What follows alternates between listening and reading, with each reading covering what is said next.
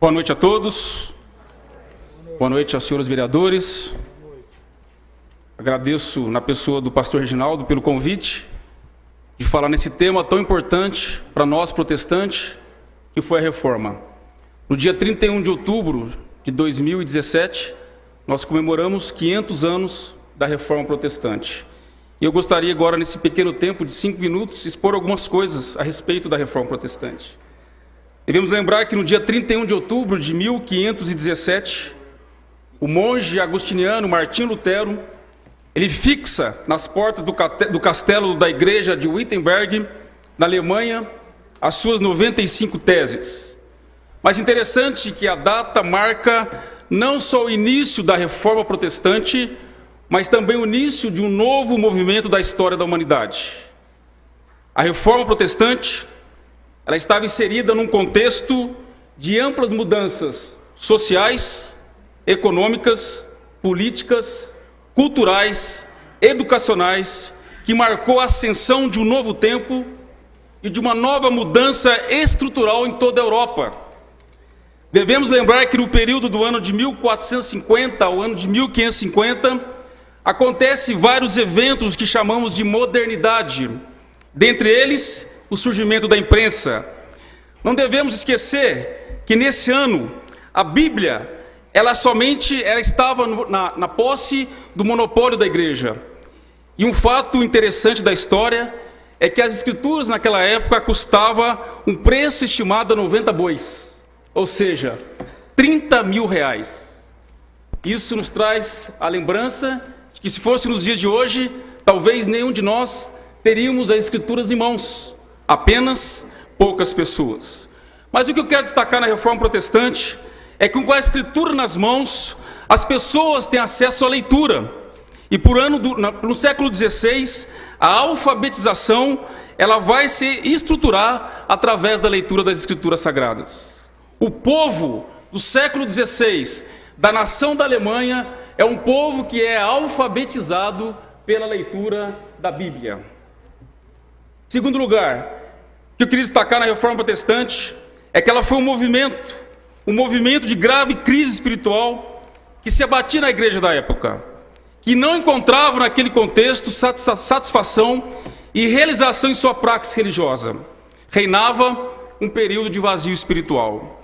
A reforma, no seu cerne, ela tem uma perspectiva essencialmente religiosa, sim, que foi desejada por católicos piedosos, o que significou um movimento nascido no interior da igreja, nascido dentro da própria igreja em crise, com forte desejo de transformar a mesma. O que eu destaco aqui? Que Lutero, de início, ele não queria nenhuma divisão na igreja, apenas ele queria que a igreja fosse renovada, que a igreja fosse transformada, que a igreja voltasse para as escrituras sagradas. Em terceiro lugar, outro fator importante que a reforma protestante carregava era o embrião de grandes transformações, não apenas religiosas, mas culturais, educacionais, sociais, políticas, econômicas. O teólogo e professor historiador Ernst Mayr diz que era impossível alguém abraçar a reforma protestante apenas no campo da religião e continuar em tudo mais sem uma transformação. Ou seja, a reforma protestante, em sua própria constituição, era extremamente um pensamento de transformação e um pensamento revolucionário. Em quarto lugar, eu queria destacar a reforma protestante no campo da religiosidade, ou no campo da educação. Se nós pensarmos qual foi o grande legado de Lutero, o grande legado de Lutero foi as escrituras nas mãos do povo. O grande legado de Lutero foi sola scriptura.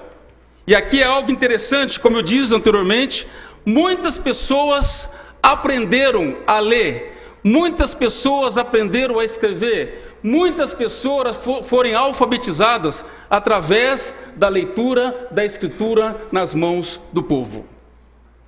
Quarto lugar, a contribuição da reforma também no contexto educacional. Foi tamanho que, de acordo com o educador espanhol Lorenzo Luzuriaga, a reforma da igreja já estimulava a educação pública, universal, gratuita, para quem não podia custeá-la. Lutero, ele diz assim as cartas ao conselho de todas as cidades da Alemanha para que se crie e mantenha escolas cristãs. Isso no ano de 1524. Martinho Lutero desafia a sociedade da época a promover uma educação integral. Qual que era o lema de Lutero? Lutero dizia que queria que todos os cidadãos fossem bem preparados para toda a esfera da sociedade. Concluindo, a reforma protestante deixou a concepção de que a ignorância é o grande mal para a verdadeira religião. Por isso, superá-la é uma responsabilidade de todos. O melhor e mais rico progresso de uma sociedade é quando possui muitos homens bem instruídos, ajuizados e preparados, dizia Martinho Lutero. Para fechar, qual que é o grande lema da reforma protestante? Igreja reformada, sempre reformando.